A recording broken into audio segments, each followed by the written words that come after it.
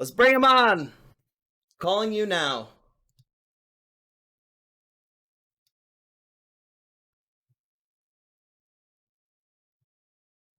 Let's see if we got him. I am John. Da Buddha! What's up, dude? Yeah. Hey. Can you hear me? Boods? Am I talking? Yeah.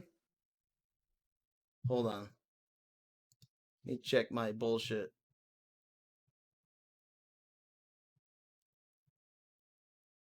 All right, here we are. Hold on. I think. Hey, hello. Sorry. I had a weird you're all good, setting. dude. You're all good, dude. You can hear me now? I can hear you. Hi, Buddha. What's up, dude? Congratulations, buddy. Thanks, man. I really appreciate it. Feels good. You look like you're celebrating hard. I am relaxing. I felt like complete and utter dog shit last night. Due to the teeth? Yeah. Oh, yeah. Buddha's quiet. I'll turn him up. Am I quiet? I don't know. I can turn you up. Okay, you turn me up, dude. How's that now, chat? Chat, can you hear me? Can you hear him? Can you hear him? NCH Check with one, an H check says, two. "Grats on partner, Miss Buddha. You are a beast." And ain't that the truth? Thanks, Nick. Thank you. Appreciate it. Definitely Dude. appreciate it. It's Let me it's see like if I can... it's almost. Oh, we'll wait for you to get back. Hold on. Yep. My bad. I'm back. Welcome back. It's almost unrealistic what you guys do. For anybody else to do that, it's so hard to get multiple people to be on board with this one thing, you know. It definitely is, and it definitely has its trials and tribulations. We've been lucky enough to be doing it and been dedicated to it since we were kids, and not only dedicated to music, but dedicated to our music with each other.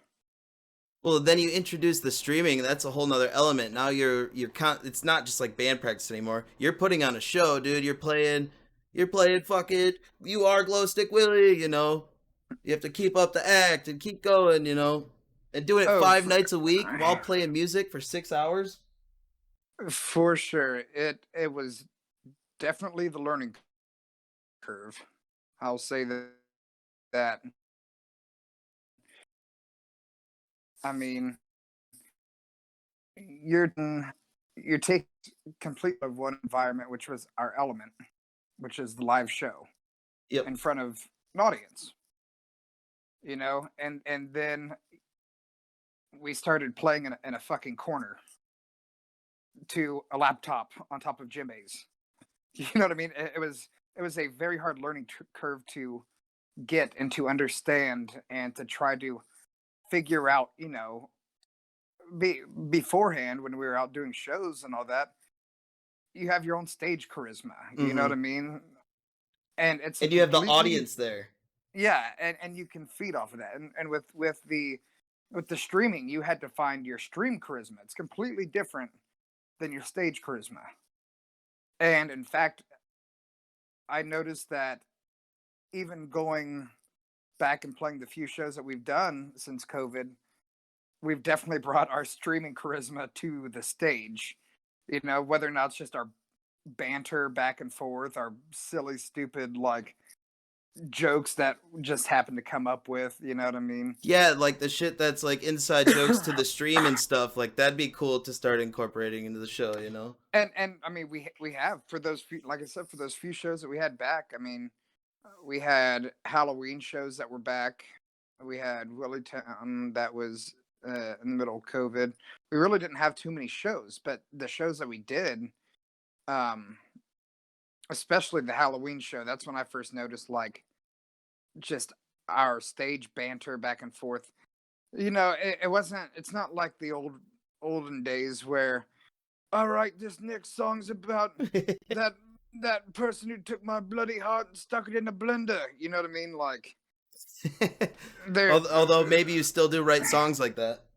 yeah, I mean, there's definitely still songs and stuff like that, but you know, with us now, it's definitely like I said on stream the other day. I feel with this Twitch, we've become like the Steel Panther of the jam scene. That's Like kind of cool. Steel we're Panther kicks ass. joking. Steel Panther does kick And ass, they but do, and they're great musicians also. Like they make yeah, good music. that's the one thing that like people can sometimes be intimidated by our musicianship, and especially like with some of these other bands or players, and it's like, man, we're just out here having fun. You know what I mean? It's not about stepping on your dick or you stepping on ours or us being bigger than you or you being bigger than us. Like, we're just trying to jam and have fun, and we think that everybody, should be able to do that. You guys are definitely good about that. Not all bands are like that. A lot of bands can be like, "Oh, we're bigger than you. Step on your dick." Oh yeah, or just do anything they can to get above you or to, uh, I mean, it is a business. It Don't get is. me wrong. It is a business. Um, but you have to still have ethics in your business. And I think that with the music industry, it has lost a lot of their morals and ethics.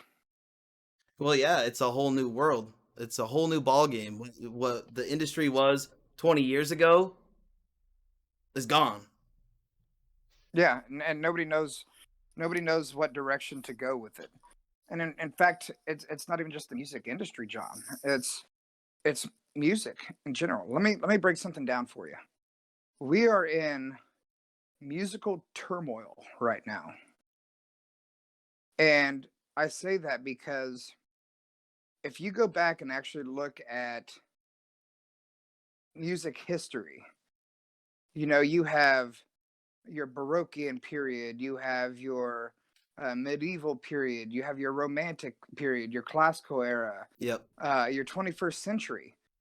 Well, right now we're still kind of living on the coattails of the 21st century. There's been nothing new. There's every like generation there's a new hip thing or cool thing. There had like I Yeah, said in 20 years plus there hasn't been okay, here's the new thing. right. And the only thing that has really kind of been the new thing, and it's really not even that new. It's just a different way of doing it. Has been all the like dubstep stuff, Yeah, and the EDM and thing shit. is with yeah with all these new musical eras come new instruments, and it's a matter of learning the new technologies that come along and learning the new instruments that come along. I mean, if think about it, bud. Back in the day, some people's own entertainment would be a piano in the house, Uh-huh. or you don't have somebody shredding the lute nowadays. You don't see somebody rocking the electric lute. They're rocking the fucking electric guitar. You see people who have every instrument and they're looping and it's one guy making a whole production. Oh, I'll do the guitar. Oh, I'll go lay down the strum beat. Oh, I'll do the Yeah, keys. Oh, this one guy just made this whole epic production because it's the yeah, digital age of music. yeah. We can do that. Back in the day, you used to have four motherfuckers to do that. Yeah. I still And prefer it to be four motherfuckers. It's a better oh, for feeling like sure. that. There's the thing about that is you have to have those other people in the band to get those different ideas, get those different concepts, get the different feelings, get your different voicings. Um, that's when listening to music, a lot of times you hear singers and like say like rock bands, for example. A lot of rock bands you hear the lead singer and then you hear the harmony Hold on, I'm losing you a little bit, Buddha. similar because Technical okay. difficulties.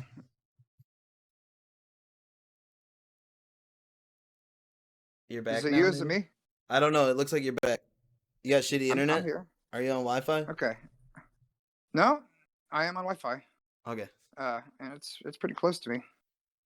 Um, but yeah, it's all a matter of getting those different ideas, and it's when one person's doing it by themselves. Yes, it can be amazing because that's exactly their vision that they heard. But how many times I know I've been wrong.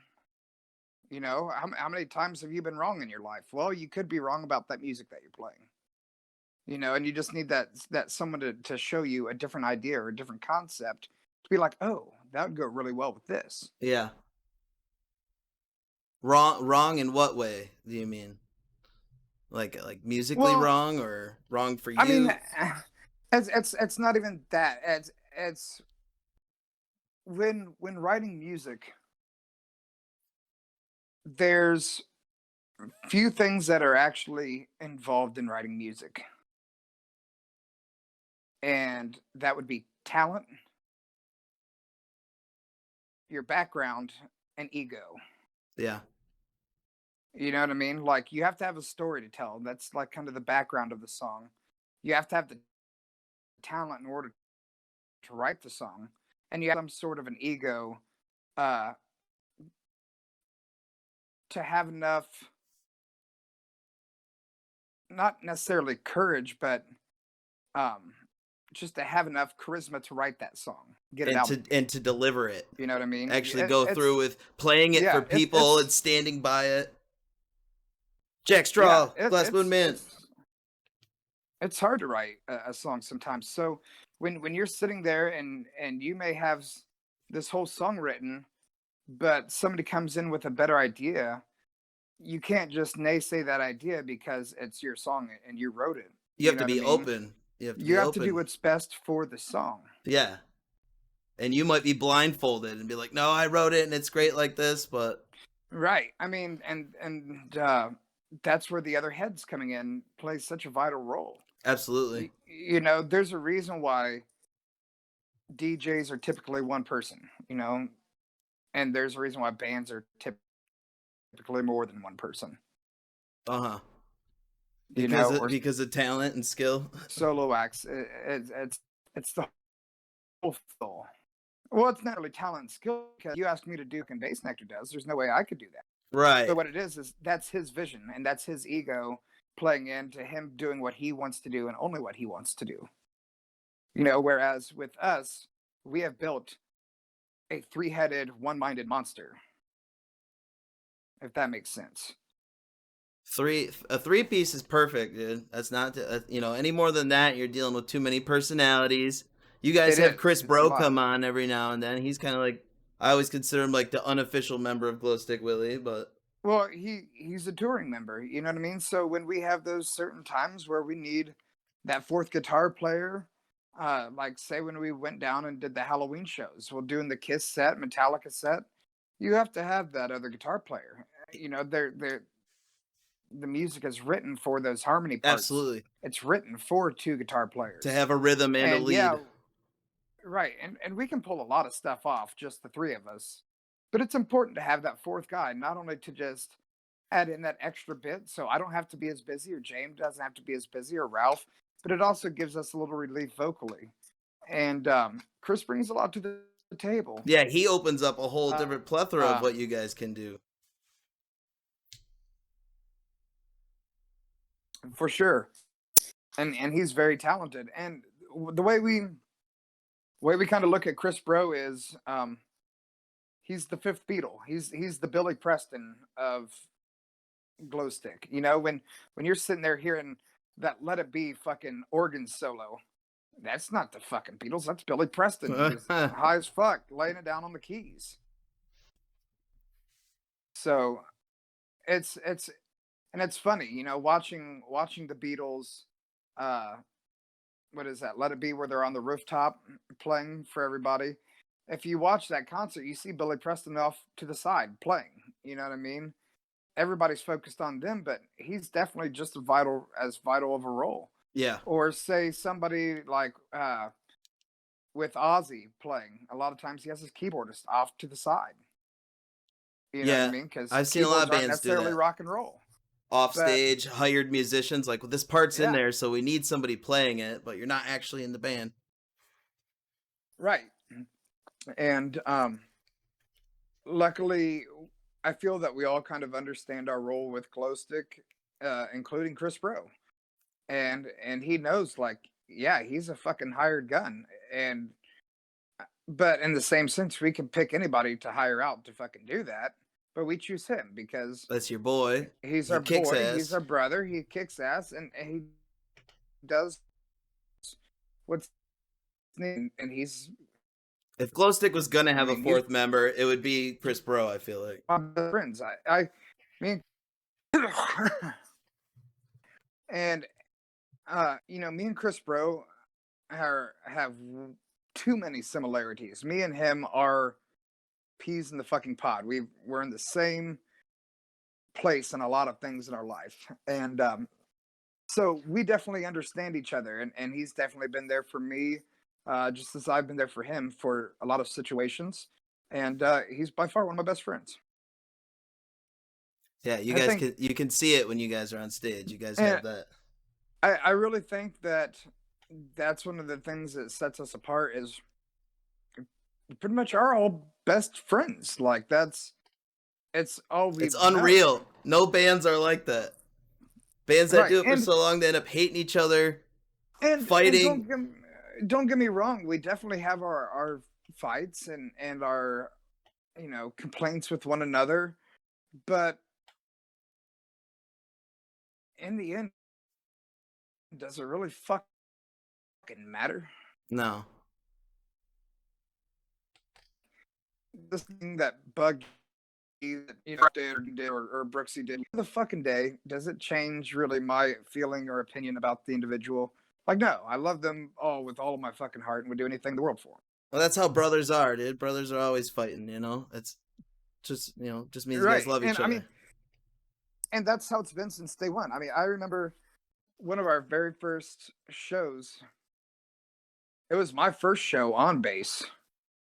Um, we were playing for a talent show for the 4-H fairgrounds.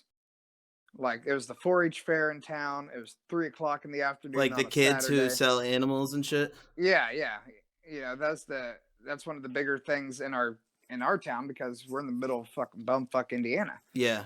So We've the got one of biggest those. thing, right? So you have big 4-H fairgrounds. It's 4-H fair comes in town. There's Ferris wheels and rides and Yep, we got the same thing. tractor pulls and bullshit. And so Derbies. yeah. So we had a talent show that we signed up for. It was my first time playing bass. I literally had to borrow a bass. That's another thing I want to get into, how this happened. For sure. I had to borrow a bass from one of my brother's friends, his bass and his amp, and the band had to tune to me because one of the tuning pegs was broken. So I couldn't tune it.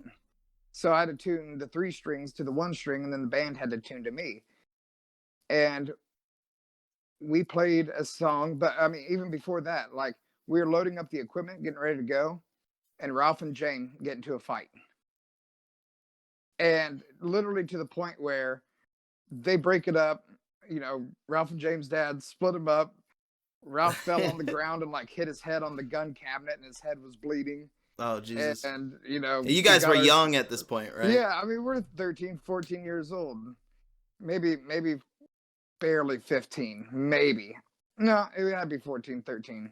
Me and Jane would have been 14, Ralph 13, and yeah, they got in a fight, and Ralph fell and like split his head open a bit, was bleeding, and uh, finally got the shit together, and we went and we rocked the show. There'd be band practice ups. I remember at their old house, um, Ralph had this little nook that his drums sat perfectly in, and him and James started getting into an argument, and James like walks behind Ralph's drums, and they start kind of pushing and shoving, and I walk and I step in front of the drums, and I put my hands in between them, and I shove them to the side. Once the Buddha steps in, nobody's And fucking I around. shoved him so hard that I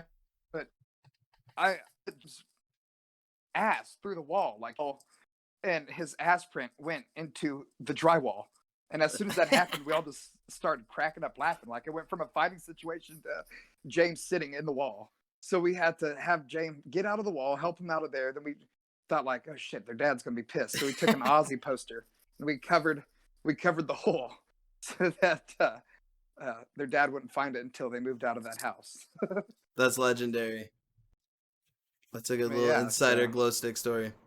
yeah, there's that's how it's always been, man. Brothers are always gonna fight, but Brothers are gonna brothers are fight. brothers. And when you guys are serious about the business and doing shit, at the end of the day, you're gonna fucking suck it up and do what you have to. Play the show, you know? Mm-hmm. Zenway said, "What fight can't be solved with some Jameson and a hit from a Moon Man?" True verses right there. That does it. That's first. It's fine, bro. Speaking of which, I went out today. I don't know if you could see my stream or whatever because you can't see my video. But I went out and I was out of whiskey, so I went out and got a bottle of Crown Royal. And I didn't know if you'd want to do a shot with me to celebrate fucking partner. I don't know if you can do it with your teeth or whatever. I can have a shot of water with you. That's about all I can have. That's right now fine. Until probably about Sunday. Yeah, But I would figured. definitely. But I'm gonna do a shot for you Cheers to guys you. in celebration. Cheers. Well, I gotta cheers open to this you and damn all the bottle. chat. You're fine. I'm some regular old Crown.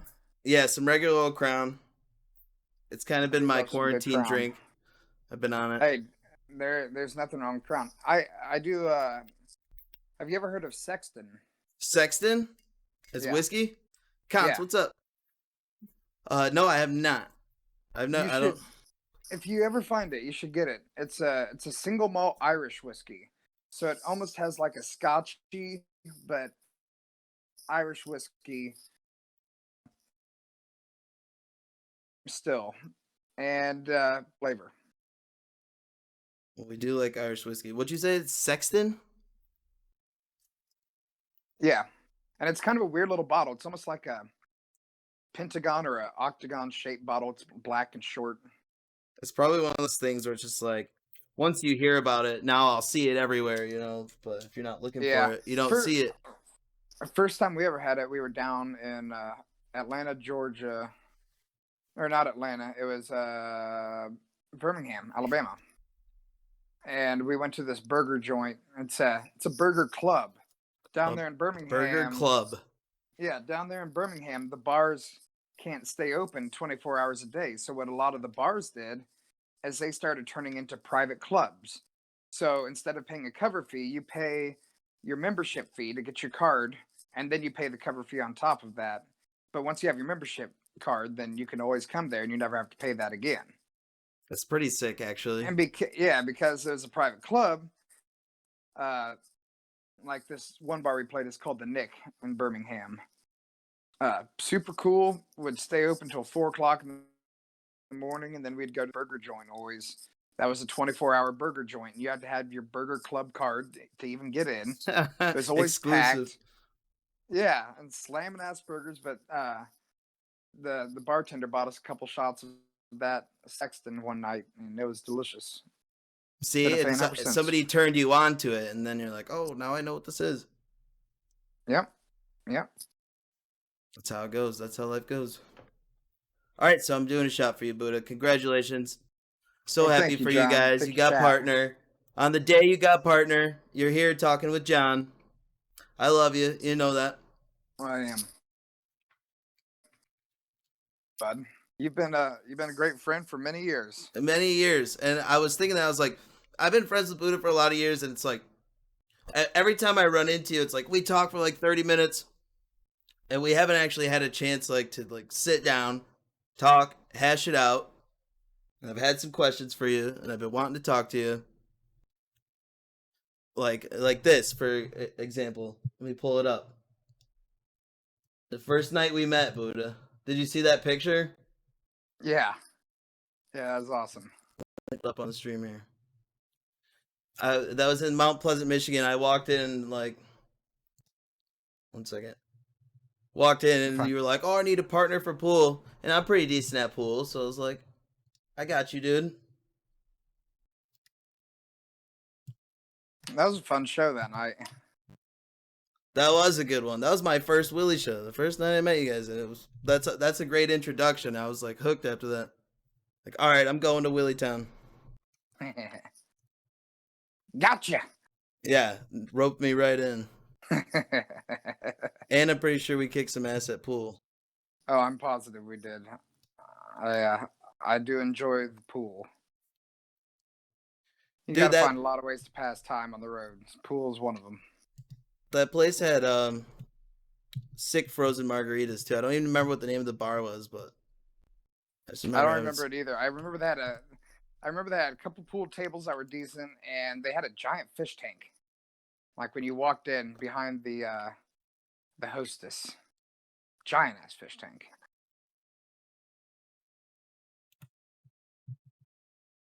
I'm trying to remember. I got pretty drunk that night. That's all I remember. All right, I can't pull this picture up, but you know the one I'm talking about, where we play pool. I had another one to show you. I have a picture that I took of you with the sandwich on your base at fucking Willy Town. But and I never thought you got a picture of that, and I was stalking your Facebook earlier to grab a picture of you or whatever, and saw that somebody else had one. I was like, I thought I had the only one. I was sitting on it for years, waiting to drop it on you. Yeah, dude. You know, not only are bases cool for shredding on, but you can hold sandwiches on them. They hold a mean sandwich. So, you've been talking a while about doing a fucking rig rundown, dude. When are we gonna get the rig rundown? I need some help with pedals and shit. Well, I can help you anytime. I actually did do a rig rundown, and then I completely changed the way I had my rig set up. And so that video's semi-obsolete. Yeah. But Eric has all the footage, and plus we did that rig rundown, and then I did a Spectre video for the bass company. And then we ended up having to do our Twitch trailer, which Twitch trailer took precedence over everything. And now we are going to start getting some things together for Spectre. You're doing it with the cinematic camera, so it looks all dope, and you can make a video like that. Yeah. When Spectre, when I first got with Spectre, obviously it was with the help of Doug. Yeah. And now that Doug's coming out, what we're actually going to be doing is we're almost going to be filming an entire TV show, a TV episode of like you and Doug. That'd be fucking some good content. And the cool thing about it is this is something that Spectre has been wanting to do. They've been wanting to send Doug out because Doug does so many things within different communities. You know, he's got his Wimbash that helps provide a bunch of instruments to underprivileged schools and children trying to just keep music alive. That's so pretty badass. Yeah, it's amazing. Doug's an incredible, amazing individual. And so they want to send him out and into the world and kind of do little episodes. And so we're talking about us being episode 1, basically, and having his nephew network, you know, and what all that involves, whether it's us or Taz, and you know, there's so many other people that he's helped along the way, and it's all for the music, man. You could tell, like he just wants to keep music pushing and alive, and loves every aspect of it. Well, that's what it should be. Yeah, man. Glassmoon Man says, ask Buddha about hamburger fiasco. Hamburger fiasco. Music festival related. Are you talking about the time I got arrested, man? We don't need to talk about that. No, it's actually hysterical. I actually didn't really get arrested. So it was May Days down in Franklin, Ohio. And it was, I think, the second or the third year that May Days was at this little VFW like campground. And right outside the campground, first off, it's really weird. It was right off the interstate. it shared a parking lot with like a medical facility and a Knights Inn. And the Wow. Knights Inn was super rundown. I'm talking this was like straight crack hotel, right? So the police had like an issue with somebody calling in about noise. It was the second or third year at being there, so it was on their radar. So next thing you know is 4 guys show up there, all undercover, trying to wear their Scooby Doo shirt that they just bought at fucking Walmart to blend in. And they have their fucking badge on their chain underneath their shirts. So everybody starts seeing these guys, and they're like, and several friends come up and be like, dude, we got some undercover cops here. Like, these guys are sketched. They're walking around. Look at them. They're so out of place. They all had on those sunglasses, those like sports sunglasses. And they all had on like running shoes, khaki shorts. Looked like straight up narcs. Looked like straight up fucking an ear piercing, maybe, like... way out of place. Baseball hat, And so what we did is we started walking around and making them feel really uncomfortable. Like me and another friend, Evan Wood, about 3 or 4 others, we just kept following them. Followed this group, and anytime somebody would walk by, they'd be like, hey, man, do you think these guys look like cops? And like, they were getting super uncomfortable. Evan was a ex-Marine. He saw one of the guy's chains. He's like, oh, you're in the military, bro? Like, what division? How's this? Hoorah, blah, blah, blah. And the guy was like, oh, yeah, this and that, and tried to play it off. And Evan's like, oh, that's funny. I ain't never heard of that, and just started calling them out on all their bullshit. So they knew they were had. They split up, and we had security follow the 3 of them on the golf cart, and he followed them out to the parking lot. The other one split off to walk through the campground all the way out to the road the other way. That way, like, he could see what was going on in the campground as well. So me and James said, fuck it, we'll follow him. So I made sure that I put away all my illegals. I didn't have no paraphernalia, nothing on me. And I followed this guy. And we were a good 150 feet behind him. We're a good ways away behind him. Not running after him, not chasing him. But he kept peering over his shoulder. You know what I mean? Like, as he's walking away. So me and James were just walking down this road, and finally James like, all right, we're to the end of the parking lot. I'm going to go back. I said, cool, I'm going to walk down to McDonald's and get a drink and just follow this guy a little bit more, make sure he gets the fucking message that he's not welcome.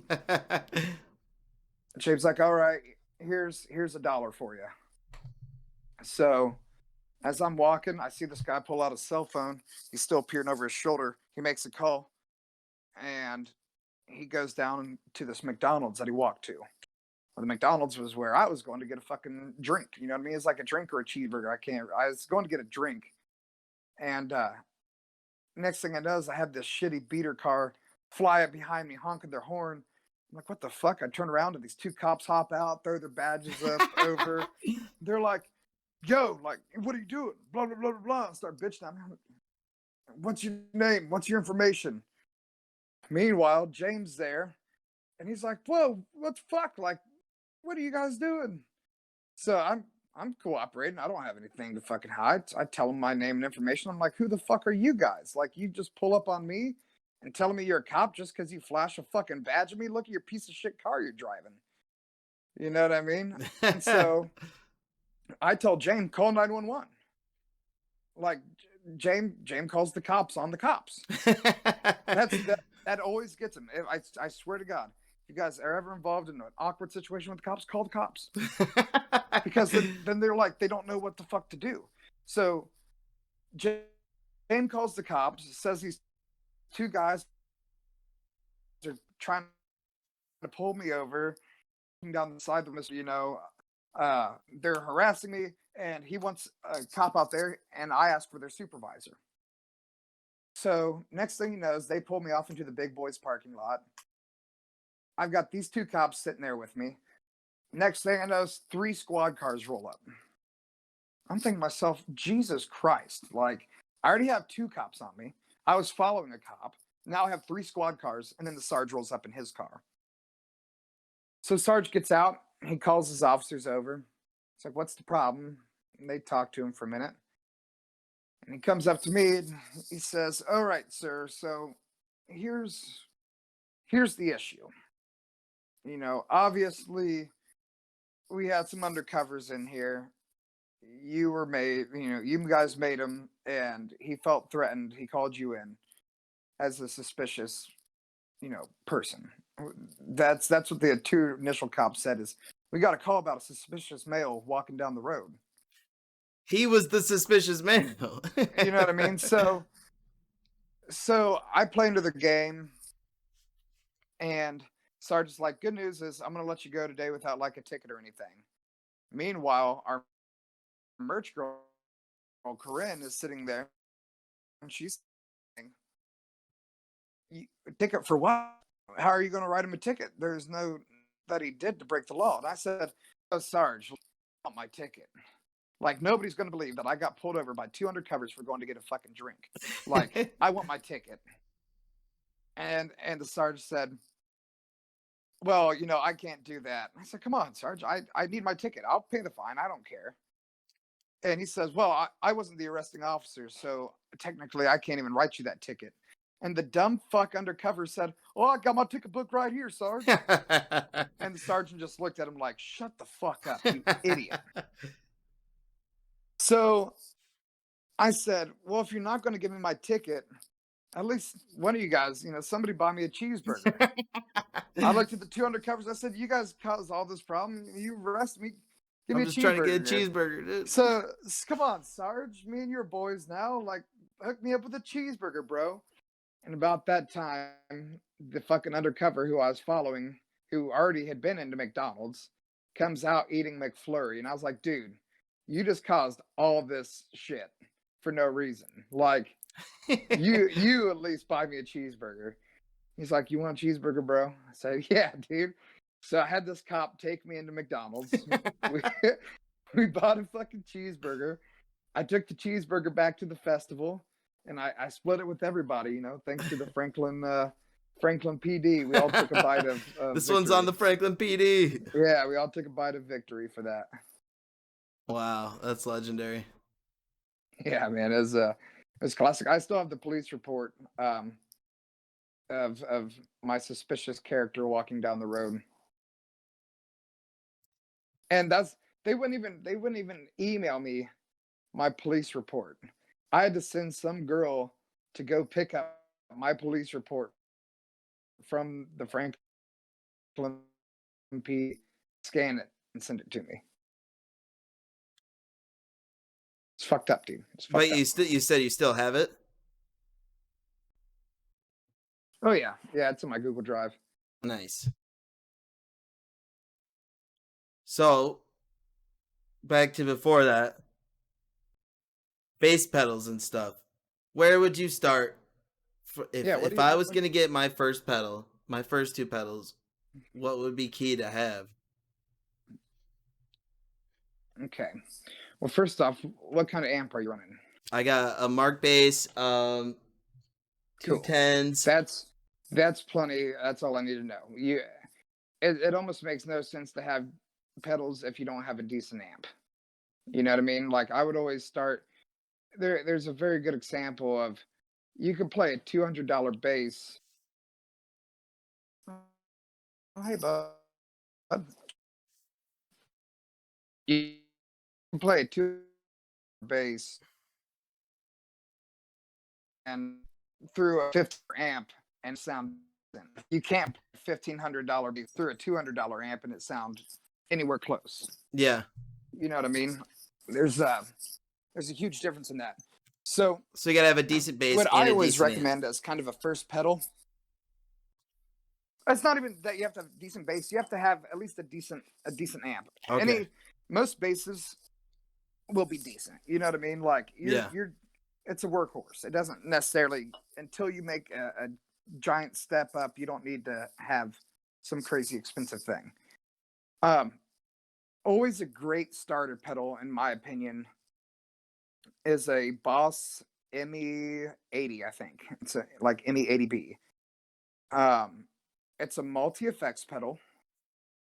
You can find them fairly cheap, probably used for 150 bucks.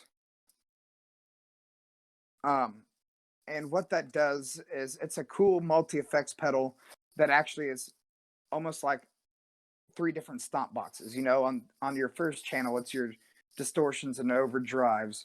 On your next channel, it's your modulations, or you know, weird little things. The next channel after that, that would be delays and reverbs. So it's a boss pedal And stomp they box. can actually sounds ending how them with, yeah, it's got like three different buttons, you know, one, two, and three, and then it also has like a wah pedal or volume pedal that you can make either a wah pedal, volume pedal, resonance pedal, also an octave pedal. It's a great starting pedal just to get the concept of what each individual effect does and how to blend them. If that makes sense. Yeah. So it's kind of like Because an all-in-one. you can Instead of go out and having buy a delay pedal, having a, just start with this one right. thing. Yeah, because the problem is you don't necessarily know what you're looking for until you Hmm. start fucking with different sounds. So you don't want to go out and buy this one delay pedal if that's not going to really be what you're searching for in the next year, you know, as far as sound wise. For me, I feel like I'd want like a fuzz box. I love your synthesizer pedal. Um, what else? I don't The even really know. cool Definitely that, delay. that Boss pedal does have a synthesizer, It but does have synthesizer. synth comes later. Yeah. I don't know if it does or not, but synth is one of those things that kind of just comes in later to after you understand your pedals, and that's the other thing with pedals is um, everything with the actual physicality of music is linear. You know, you have your bass, that's the end of the line. You plug in your chord, that's the next part of the line going into your tuner. That's the next part of the line. That goes into something else. So everything is like a chain, you know what I mean? This goes first, this goes second, this goes third, and whatever is, you know, number two affects number three. You know, whatever's number two also affects number five if you have it on. Yeah. You know, so that's one different different placements. Um, that took me a long time out because sometimes you know you want your distortion of this instead of behind it. You know, like say for example, chorus. It's one of my favorite pedals that I have. I love bass chorus. Some people hate chorus on bass, say it's cheesy, whatever. It's one of my favorite effects that can be on a bass. Well, what chorus does is it does a slow pitch shift over top of your regular line. Mm-hmm. Well, if you have that pitch shift going into something else, that's going to affect it. Like if I have the chorus ran into the synthesizer, now my synthesizer signal is going up and down like this, where I don't necessarily want that. I want it to be flat. Yeah. So it matters how you layer it, and you do it to like how you prefer it. You like you said you shouldn't have distortion before. You know, Well, it yeah, I does mean, matter. it's all trial and error. You know what I mean? The best thing to do, yeah, absolutely. You know, the best you can do, like once you get kind of beyond the multi effects pedal, is you know you say you got five pedals now. Take a day to sit there and plug them individually in. You know, kind of like you know 1 2 3 4 1 3 4 2 1 4 Uh-huh. you know 2 3 type situations where you constantly change you know one variable to hear the different sounds.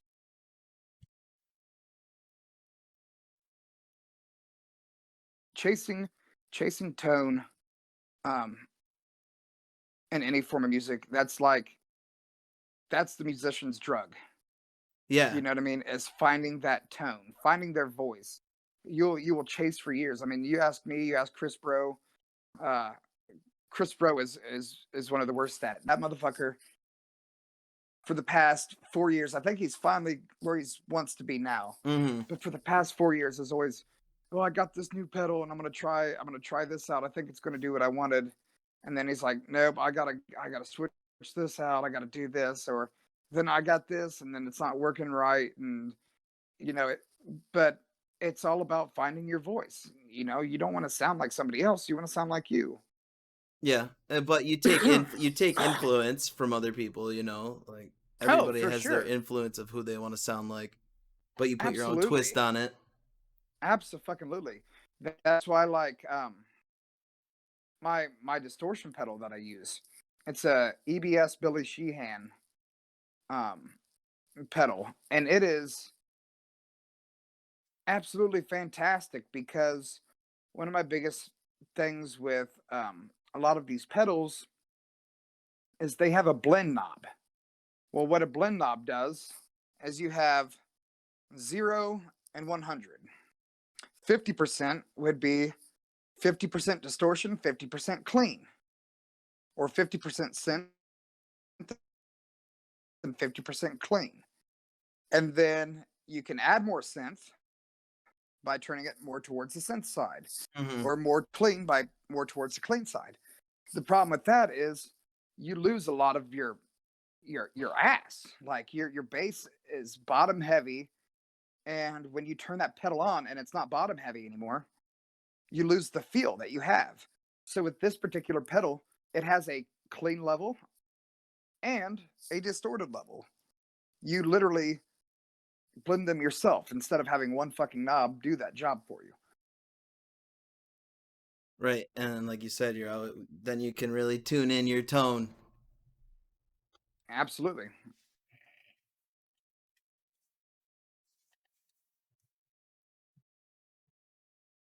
Well, How long have you been playing bass, John? that's the other thing I wanted to talk to you about is because we talked about it before. Nobody decides to be the bass player. You just end up like that. I played guitar for 10 years and then I was hosting open mic with my buddy and nobody ever wanted to play the bass. We never had a bass. We were borrowing basses like you said. And so he Mm-hmm. talked me into it. He's like, "You might as well just buy a bass and an amp." And then I actually started really liking playing bass. So then I was like, "Okay, well, I'd play bass in a band. You know, I'll go as a bassist." Mm-hmm. So it wasn't by Yeah, I mean, choice, it is but funny I'm how, happy. yeah, it is. It's funny how a lot of guitar players do have to adopt the bass. You know, if that makes sense. Uh-huh. Um, I definitely started off as a guitar player. I mean, me and James, when we first started jamming, uh, we met in band class, and he was playing trumpet, and he had just kind of moved into our school, and he was terrible at trumpet. So the band director told him in the back room and show him some things, and we immediately just started talking about rock and roll, and he was like, "I play guitar." I said, "I play guitar too." "Oh, cool. My brother's a drummer. Let's get together and jam." And you know, for a long time, it was just the two guitars. Uh-huh. Um, And one of them has to make the decision. yeah, you know, I mean, and there's also like we had another friend who played guitar, and he was better than me and James combined. So we're like, well, fuck, that's not going to work. You know what I mean? We can't have three guitars. So that at that point in time, uh, we kind of like weren't necessarily playing together because it wasn't really fight as a band. You know what I mean? We're just some guys, and so they got that 4-H show lined up, and it wasn't even I wasn't even really playing with him at the time. It was our friend Joe Ruley, and he was playing bass for him. It was James, Ralph, Joe, and our friend Bruce. Uh, that was like their band at the time. Well, Joe bailed on the show, the 4-H show, to go to Boy Scout camp without telling anybody. And so in a pinch, they called me and was like, "Hey, can you get a bass? If so, like, let's go play this show." So I said, "Sure, let's go do it." And that's been it ever since. And the rest is history. So yeah, I played. Rest is history. Now look at us. Here we are. Yeah, I have only played bass since late 2019. That's when I bought my bass and shit. It did open mic with it, and did the Donkey Kong cover and stuff. But I've always been a rhythm player, and I already know how to play guitar, so it's all there, you know. I need to learn slap and better finger picking and different techniques. Well, that type of stuff comes in time, and the best piece of advice I can give to you for something like that is obviously, I know you practice, so I'm not even going to say practice. What I'm going to say is practice until you get to those barriers where you're like, fuck, I don't know why I can't get this. Yeah. Okay. And then once you do that, switch instruments. Set the bass down for 2 weeks. Play guitar, play mandolin, play keyboard, play drums. Do something other than that. And when you come back to that, it's going to be 10 times easier. It's almost like it's weird. Your body needs that time to create those new muscles, that muscle memory. It's like a life lesson. I do believe that if you're struggling with something, set it down, take a break, you come back, and you would be surprised that you could do it.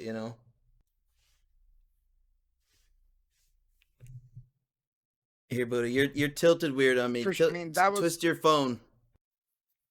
That's been one of the. Did it get? Now I'm long ways. No, you're long ways. Now I'm long ways. Do you want me long ways or sideways? I want you sideways. It was long ways upside down. There you go. You're back. Perfect. All right, cool. Yeah, I don't know. That was weird. But yeah, no. Once you kind of hit those barriers, move on to something else for a little bit. Continue to do music, because what I've found is being able to translate things that I did on guitar onto bass, or bass onto guitar, translate what I did on the mandolin to something I can do on guitar or the keyboards. Like our new song, The Game. I wrote that on a keyboard. You know what I mean? A lot of great songs start like that, just the piano riff, and then it turns into a whole production. You should keep the piano in there almost when you record it, Oh, for sure. Over it. I would love to keep the keys in there, because that's how I wrote the song. You know what I mean? It doesn't need to be a huge part of it, but I think it should definitely be a part of it. And that was one of the things with recording this last album. The freshman album, the Glostik Willy album, the first one, we were just excited to record. We had the money saved up. We were going to record our first album. Went to a decent studio with one of our friends recording it. And we put into it, what we thought was good. And the second album, we recorded up in Cleveland and had Dave Katz come and kind of produce it with us. And with that album, we wanted to capture more of the live sound. More of like, the first album is cool to listen to, but it doesn't really sound like what we sound like live. You know what I mean? Absolutely. I have your albums and I've seen you live. I know exactly what you're talking about. Right. So then the second album is more of the live feel. Not too many bars, not too many, extra drums here and there. Just is what it is. Pure 3-piece kind of rock and roll. Yep. And so with this third album, it was no longer creating an album. At this point, we are now producing an album. Oh yeah, that's the current one. And third there's one? A huge difference between going in. Yeah, with backroom and all that. There's a huge difference between going in and recording an album. Yeah, and actually taking the time to sit and produce the album. To There's be so like, much production on those songs, dude. That's crazy. oh, It there blows my is. mind. Like with Backroom, um, that you bring that up. If you listen to it, and you have to listen on headphones or good speakers, Yeah. but you'll hear this one thing, and once you hear it, you'll never unhear it. Uh-huh. And it's Ralph having a sock full of change. We told him to go onto the truck, and we always have piles of change in the middle console. So we had Ralph fill up this sock full of change because Backroom was written at a casino. It was written about this casino that we always hit down in Lake Charles. So Ralph is literally in the sound booth with the vocal mic, just tilting this change upside down to get the clinking of the coins. And it's the little nuances like that that you never really see. Think of it like a TV. You have all these pixels. Well, if you stare at one pixel, you don't get the full image. Yeah, it's just a square But with all the color in pixels it. together create. Right. So now you have all these pixels that come together to create the full image. And that's what we kind of really did with this last album. I mean, whether it was Fall Away and listening to Fall Away, you'll sit there and you'll just hear the acoustic guitar in the background. Very Mhm. lightly, but it's back there. It's the acoustic guitar. There's a rhythm guitar. There's James Lee. There's multiple leads. You know what I mean? It's very produced. Um, so we're starting to really come into our element, I guess, is in the studio. Yeah, it's like you guys are growing up. You can hear you guys getting more mature in your music. And it's kind of cool that you have those old. That's cool with bands when you hear like, oh, before the production, and like you get to see a band grow over the albums. That's one of the best things about following a band. For sure. Yeah, it is great being able to watch something truly uh develop, I should say, you know. Hmm.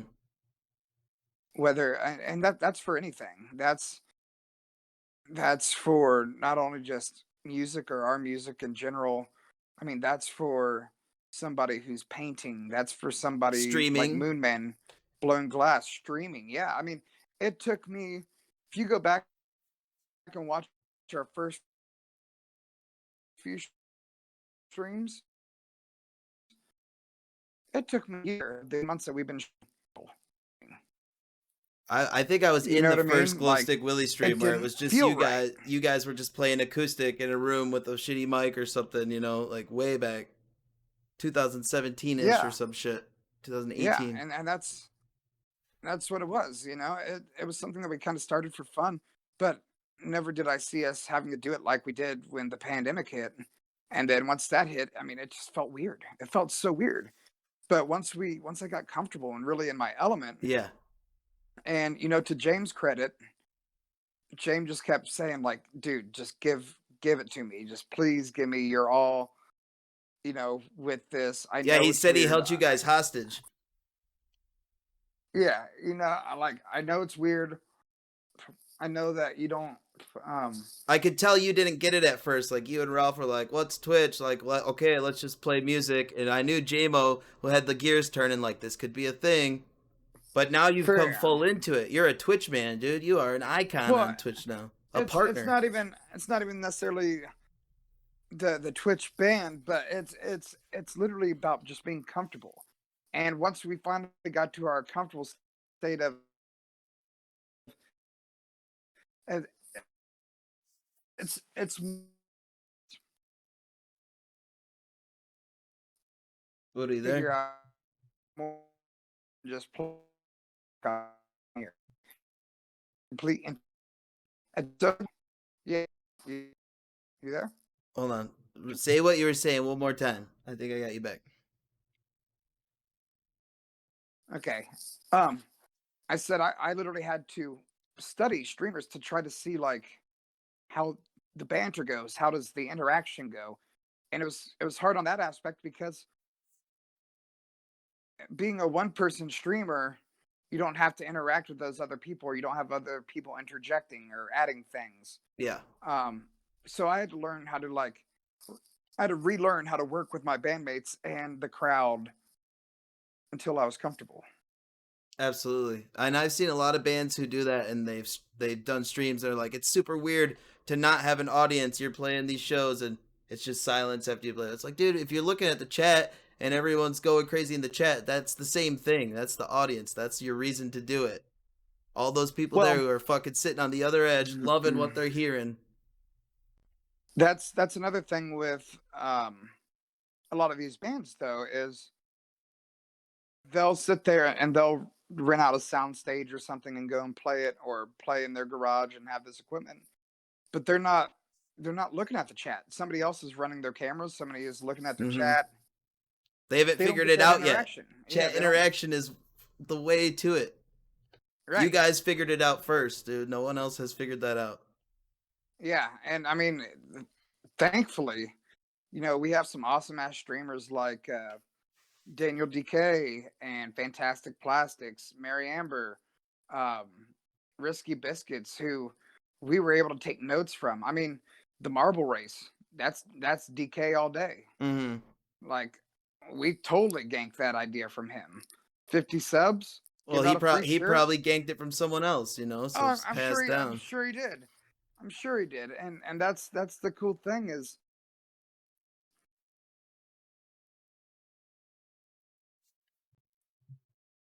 how can we interactive with the fan?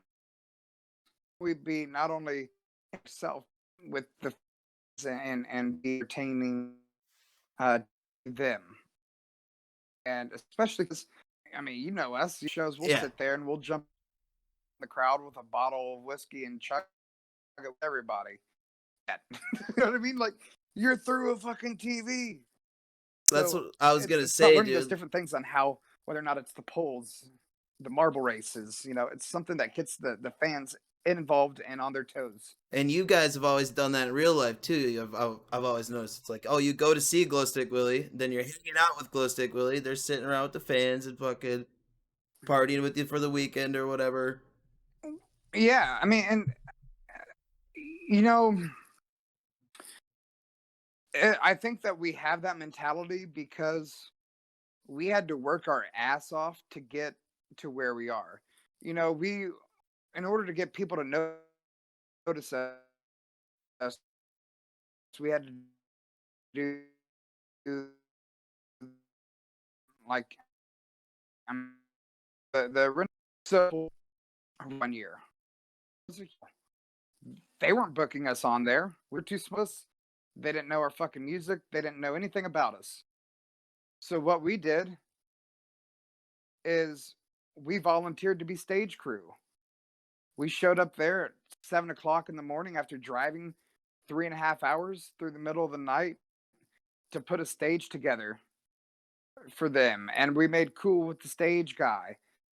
And we had brought our generator in our fucking trailer with all of our equipment. And the stage crew was cool. They're like, "Oh, you guys are going to renegade? Like, you guys are a band and you came here to help build the stage just so you could get a free ticket and put a generator in the middle of the field and play? Like, here's a drum riser. Get your drums off the ground." And then the next thing knows, the light guy shows up and he's like, "Here's fucking 5 LED lights, man. Go plug them in. Thanks for doing what you're doing." And we were out there. We were fans before we were fucking on the stage. You know what I mean? We were out there being a fan, trying to get our name out as well. And that's how you have The to do it, dude. promoter You for have to do the Maydays work. and all of that. Yeah, the promoter for Maydays and Festivus. He he met us because Jane rode on a school bus from one campground to the fish show, and he just happened to have this koozie and sat down next to this guy and was like, "Oh, hey man, I'm in a band. Here's a koozie." We didn't hear anything from that guy for a year and a half. But it's literally just going out there, putting in that little bit of effort, putting in that little bit of legwork. Yeah, you're gonna lose money on shit trying to like get your name out there, but once it actually gets out there, it's worth it. Yeah. Well, yeah, you got to spend money to make money, and even in the music business, it's not. Does anybody ever really make a lot of money? You Right. got to You be in know, it for the music. it's an investment, I mean, For real. It really is. It's an investment in your future and happiness. But you guys are more than just a band now, more than musicians. You're streamers, dude. You're streaming. Yeah, we've made that leap. Um, as James says all the time, unfortunately, a lot of our friends haven't. I don't know necessarily why. I don't know if they just feel it's too hard or they can't get the quality that they want, which is understandable. But eventually, you have to find a workaround to get in Yeah. that. But it's still super cool. You're building this whole new fan base of people around the fucking world. You're meeting all these artists. Twitch is such a cool place for that. You get to make these friends and share Oh, communities. absolutely. But it would be crazy We if everyone jumped on board. absolutely that's Twitch has been one of the coolest forms. Yeah, Twitch is one of the cool forms. The whole raid concept. That's one of my favorite things ever. The fact that I can take all of my people and put them on somebody who I think is cool, or somebody can raid us, like Favi or DK coming in, heavy raiders coming in and really opening up us to a whole nother group of people. We have more merchandise now worldwide than we ever have. Mm-hmm. You know, Because of one thing, Twitch.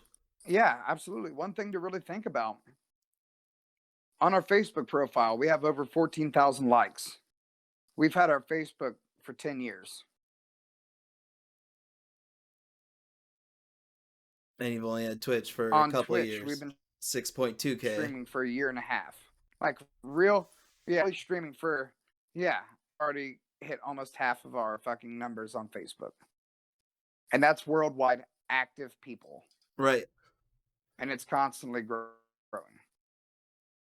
Yeah, it's a beautiful platform, man. So, like, if it is really cool, it's a really cool platform, and you know, I can definitely say it's been a blast. And the cool thing about it is now we get to be selective about what shows we want to do. You know, we don't have to go beat the bars and barely scrape by just to try to get our name out there. You know, now like I know we've turned down several shows for decent amounts of money because we have to literally tear down all of our streaming shit and go do it. And it's like, man, we're making such great headway with this. Like, it What's almost doesn't even the make sense point? for us to Yeah. tear down to go play that one bar. For You know, like, way yeah, we're less gonna play people than are festivals. going to be in your stream, you know? Right. Right. So we're keeping our focus on good sized festivals, and we're gonna try to start working theaters more. No more bar gigs, dude. Yeah, I mean, it's But we've bar kind of just gigs been are there and done cool. that, you know. Absolutely. Some of the best moments of my entire life have been at some of the shittiest, smallest Uh-huh. bars all across the country. Stanley's Pub down in Cincinnati, always a smoker show, always a blast, always count on good times and craziness, rowdiness. Um, there's a show that Rooster Chad refers to as the Jukebox Hero Show, where we played down at um, the Thompson House in Cincinnati. They put us in a because they didn't think that our show was going to do good. Next thing you know is that room is basically sold out, and they have to tell our fans to quit jumping up and down because they're afraid the roof is going to collapse. The You know, rowdy uh, Glostik Willy fans. smokers. Yeah, you know what I mean. There's so many cool, just cool things that have happened over all the years and all the bars, but eventually, um, you got to continue to move forward and progress. Yeah, true Moon Man. You can't keep playing the same place and get any place. Absolutely. Exactly. But you always Um, go back to that place and do your hometown show, you know, after you for make it. sure. So and you know, so that's we just feel that we've been hitting those bars for a good, and they've definitely got us to where we are. You know, the fans that we do have. I mean, like you, we met you at a bar, Yep, at a but bar. you Absolutely. know, we're starting to we're starting to just become a little bit past that point, which is fantastic in my opinion. It's it's cool to see something that you've worked your ass off since the time you were a kid really start to bloom and flourish. You know, It's also John, very cool for the fan to see that, to follow a band yeah, and watch them start getting the shit that they deserve. Like, dude, I knew them before fucking you all knew about them. yeah, yeah, it's definitely it's just cool to see that. It really is. And it motivates me, dude. Your guys' success gives me like, well, I want to push and do more shit. I want to do more shit with my stream. I want to do more shit with music. It does. It gives me that motivation. Yeah, man, you can be. You know, that's um it's it's a good motivator. Take it and don't get discouraged. You know, the first time I ever saw Acoustica was back in 2005 at Ripple Fest in Bellevue, Ohio. I believe it's Bellevue. First time I ever saw them, made me want to quit playing music. I watched Acoustica and I said to myself, what the fuck was that? I was 15 years old. I said, what the fuck was that? There's no way I'm ever going to be able to pull that off. And I'm not shitting you, John. I sat my instrument down for about 3 weeks, didn't touch it. That's how I feel when I see Billy Strings sitting in a room playing and he's just playing. It's like, Yeah, motherfucker, you make it not even worth it. Like, right. okay, I'm not I just gonna play some chords while you're just going nuts over here. I sat my bass down. I didn't touch it for 3 weeks. And what I did was I got on the archive and I listened to that show over and over and just kept thinking to myself, God damn, there's no way I'm ever going to amount to anything of that caliber. And finally I had that musical breakthrough of no, fuck that. It's a piece of wood with strings. The only thing that they have over me is time and dedication. Time, effort, and dedication.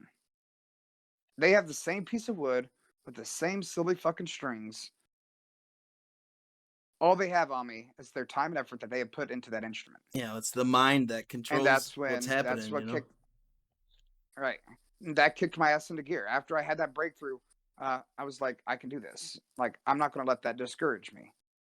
So, picked it up and worked hard at it and got to where I'm at. And because of because of that, I've been very fortunate enough to not only get some super amazing instruments like my Chris Woods bass and my Spectre bass, I've got to have incredible moments traveling the country and seeing the country. You know, things that I never thought I was going to be able to do or something, you know, like my parents have always been huge supporters of what I do, even though they're not the biggest fan because it doesn't make me the most money or, hmm you know, they're always worried about me traveling here and there. But it's given me more opportunities to see the world than what they could. So they're completely happy with trying to push me forth in my journeys. Well, and they need to consider all the other people's lives you're affecting. There's like, Oh, when they definitely do. You know, our parents are extremely proud of us. You know, they've supported us since day one.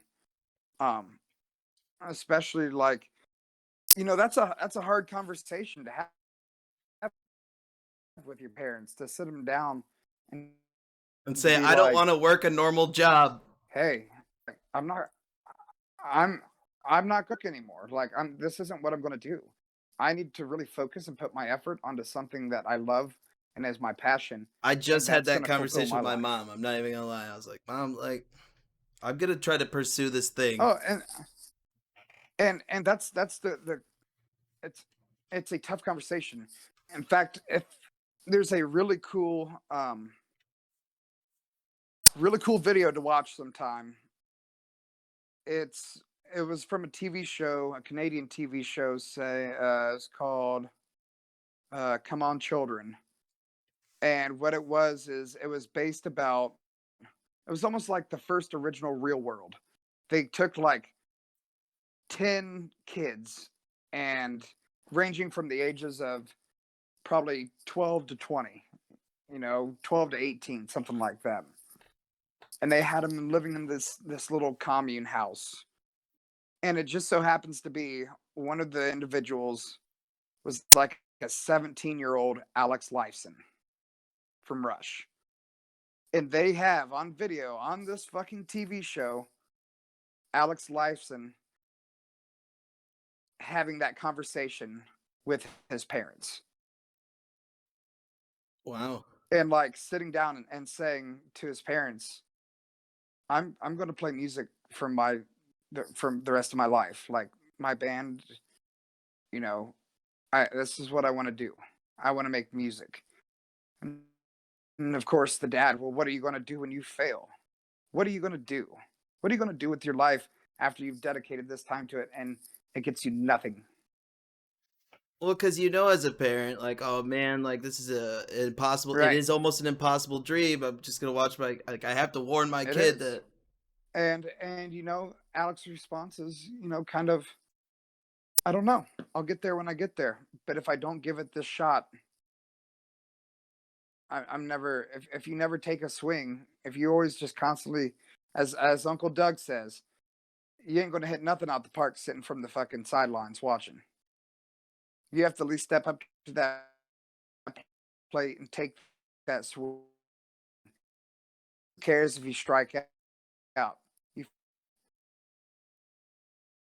You actually step. You tried it, put an effort. You tried to knock it out. If you don't, whatever. Yeah, you did Sometimes you get that something. single. You Sometimes you get attempted that double. something. Sometimes you get that foul ball. Yeah, it's the fact that you went out and you attempted it and tried to give it your all And if you fail, it's instead of just it's sitting back on another the reason to sideline. try again. It's when you Sure, fail, it's a you're learning learning how to experience. get to success. Yeah, I mean, if you think Barry Bonds quit baseball after he struck out for the first time, you know what I mean? You're crazy. He went for it. He had to. So, yeah, that's definitely a cool video if you ever get the chance. Link me to it if you can. Yeah, Hit me I'll, with the I'll try to link. look for it. For people in chat, I'm pretty sure it's just YouTube, just like Alex Lifeson, Come On Children or something like that. I can't remember the name of the fucking TV show, but Program. Alex Lifeson with his parents. Yeah. That's kind of crazy. That's surreal, dude. Really interesting. It is because that's 17-year-old Lifeson, fucking Your guitar player artists for Rush, and the people you're and fans in of, that your moment, influences are just people too. They start just like that, talking yeah, to their and parents, and in that moment, you don't know if he's going to make anything of his life, you know. But Right. it's cool to watch after the fact, being like, I had that conversation. I'm not going to say we're going to be as big as Rush, but if I can make a decent living doing what I fucking love, then why shouldn't I? And oh, thank you, Glassman Man, for the link. I've been in 3 bands. The most recent one, which is probably my most serious one, and it failed. But to me, it's like, okay, that's not the end. Like, now I have this information. I know what it's like each time I leave a band. Like, what am I not going to do in the next band? What kind of behavior am I not going to put up with? But it's so Yeah. hard, dude. It's even now. It's like, okay, how do you find 4 dudes who want to do this? And you have to have chemistry with them. Like, you only get one You chance to do. do like you guys did. Like, yep, we played together our whole life. Yeah, and honestly, you're lucky if you even get that chance. I mean, our story is just that. It's a story. It's a fairy tale. It's a It story is. that It's could be for unrealistic, dude. for age. You don't find that. You really do not find It is luck of the draw. those guys who've been playing together since they're 12, 13 years old. Absolutely. Anything could have happened to change where we are today. I mean, Jamin and Ralph were born in Arkansas. They didn't have to move up to Indiana. Might not have never even known them ever in my life. Yeah, Or one small James change could have just changed getting everything. switched over from right. Jamin and Ralph, instead of going to the school that they came to, when they Their mom took them out of Catholic school and put them into my middle school. Mm-hmm. There's 3 other middle schools in town. They could have gone to any of those. Just those weird little fate moments um, that are constantly there for us. It's really weird, and you always have these little reminders. At least for me, like for example, our song 427. Mm-hmm. I consistently see the numbers 427 I on a daily basis, and I know it sounds weird, but that's just kind of my reaffirmation that I'm on the right track. It's the universe telling you, yeah, that you're doing what you're supposed to be. It's like I Right. said that earlier. Once something's been put into your mind and you start seeing it everywhere, you know. Yep. That even happened with goat versus fish. Like as soon as I started getting to goat versus fish, I noticed like everything. Like, oh, a fish-based bar. Oh, there's a fucking white picket fence randomly in my backyard. You know, that happens in anything. That's It does. it's the universe telling you, yep, you're in the right place. You're seeing what you need to see. Absolutely. And that's what things too along our journeys is the fucking Disney song, "It's a Small World After All." Yeah, It really it is. really is. As big as the world fucking is, the world it really is quite small. You And know, the things that you encounter, the people you encounter, it's incredible. you can go across the country and see somebody from your hometown, or run into somebody who knows you some way. Like it really is. It's like you can't escape Yeah. the small world Yeah. reality. I remember going down and playing Austin, Texas, and this guy sitting at the bar, and he walked up and he's like, "Holy shit! Like, are you Josh's brother?" Because I have a brother who's 5 years older than me. Like, you Josh's brother? I was like, "Yeah. Who the fuck are you?" She's like, "Dude, I'm just a friend from back home. Like, I didn't expect to see you here. Like, what are you doing here?" "I'm about to play a show." "No shit. Holy shit! Like, that's what's up." Yeah, mind Just blown. like, yeah, weird little things or weird little coincidences that always just happen to us. That don't That just see let that us know. really don't seem like coincidences in the big scheme of things. Like, Yeah. oh, maybe this was supposed to happen. Yeah, I mean, everything's connected. You know what I mean? Everything really is connected. Um, yeah, every action has its reaction. Everything is there for a reason. Big believer in that. Absolutely, I, I I feel the used same to way. I used to get super stressed out. Because me and Ralph were the drivers. James doesn't drive. I've noticed that. Yeah. So I mean, first off, he doesn't really have a license. He's lost that to something. I can't remember what. But he seems to also always do some sort of damage when he's behind the wheel to Some people either the just shouldn't vehicle or the drive. trailer. Yeah. So, I would always get nervous as fuck, because we'd be running late. And I always typically drive us to the show, and Ralph drives us home. Well, Jane would be lollygagging. Ralph would hop in the shower. And now we're an hour and a half late for the time that we were supposed to be leaving. And, or you hit this traffic jam, or you hit this stop, or you get this flat tire. And I'd always be freaking out. And Jane would just be like, "Look, dude, everything kind of happens for a reason. Like, who knows? That 10 minutes that we just took eating that burger at the fucking Wendy's could have just saved us from a wreck, Yeah, you 5 miles avoided a up the car road." accident, or like, yeah, dude, Yeah. absolutely. So let chill out, let the world take care of us. Let the universe take care of us.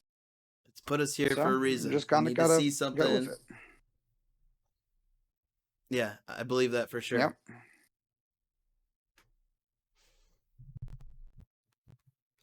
Hell yeah. Fucking A, Buddha.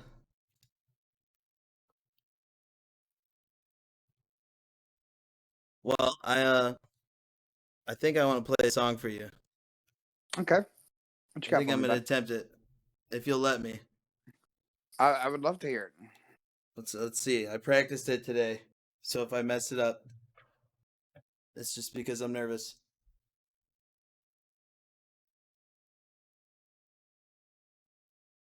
But I've been working on this little song. It's a cover from a band called Glostik Willy. Song called Chase You Away. You get one headphone out. Awesome. We're gonna attempt it. Let's make sure you can hear me. Hold on. Because my guitar gets weird with my mic. Alright, tell me if you can hear the chords. Yeah. You can hear it? Guitar? Okay. I can hear it. Here we go. Be at my door every day, but I only seem to chase you away. I'm already messing up. Hold on. Let me start over. Be at my door every day, but I always seem to chase you away. Sit and wonder, will it ever change? This constant struggle of love and hate sets it all right from the start. Standing stop for the faint of heart. You keep pushing me too far. Sirens stuck for there you are. The outside in, the inside out.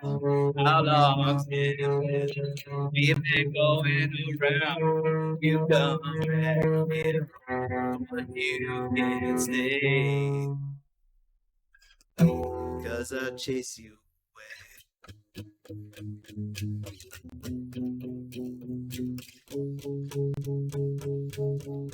'Cause I chase you away.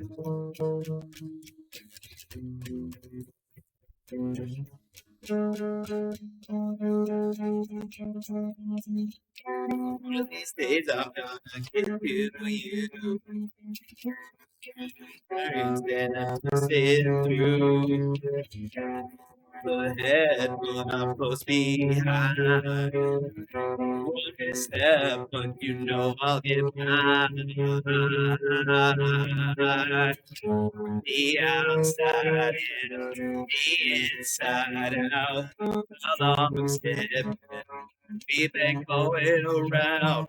You come back here, but you can't stay. 'Cause I chase you away.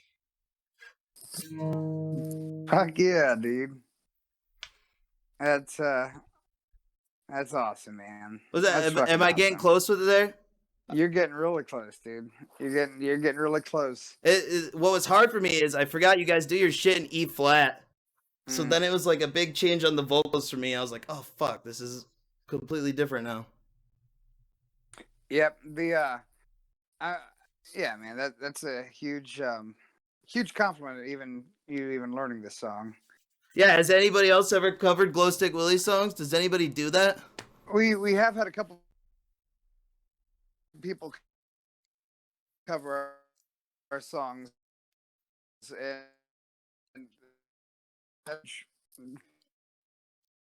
that's some dude. I love that. And I'm glad you enjoy that song. It's one of my favorites. Yeah, man. It's you're really close. I think there's only one thing is it does like A minor, then it does like an F sharp with like it's like a D with an F sharp bass note, and then it goes to an F. Yeah, That's the little the back and forth like progression, do like I didn't figure that out yet with the bass part. I think I know what you're talking about. It's just it's like A minor and then F sharp and then F. That's the part right before like the bridge, which is like the A, and then it's F sharp, A, F sharp, and then it goes to F, C, D. That's the bridge. Yep. FCD. One of Yep. these So days, I'm gonna get to that's the only thing. you. That's the only thing I heard was just that maybe that little F sharp thrown The in right there. before the bridge. That's the thing. Yeah. I did that just today. I was like, all right, fuck, I got to get this ready for Buddha. Pulled up the stream, listened to it a few Yeah, dude. times. Sounds Luckily, the fucking lyrics were right fantastic. there. You're killing it, dude. Thanks, man. Thank you. I do love that song, and that's why I was just like, it just like I want to cover it. I want to cover it because it's a song I like. I won't. I'm not Well, stealing it or that's anything. a huge flattering compliment. If I did cover it and made a video of it or anything, Just I'd yeah. tag Glostik Willy. You know, shout you guys out. Well, we appreciate that. Again, that's a huge flattering compliment. I mean, just like with anybody, we have a lot of people ask if they can use our music for different things. It's like, yeah, dude, like the fact that you even want to use our music is cool. That's how you, know? should be, man. Like, why would you stop people from promoting your music and sharing it? Yeah.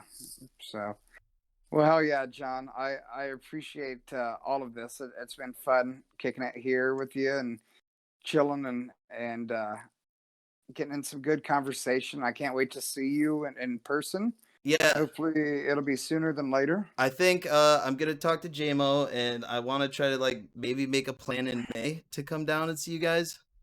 Come hit the Streamlab. Okay. Yeah. Party a little bit. I don't know. Come kick it for sure. Let us know. Yeah, we'll set it up. Let us know, man. And so, I appreciate you and so then much. I'll give you a proper pedal. Yeah, rundown.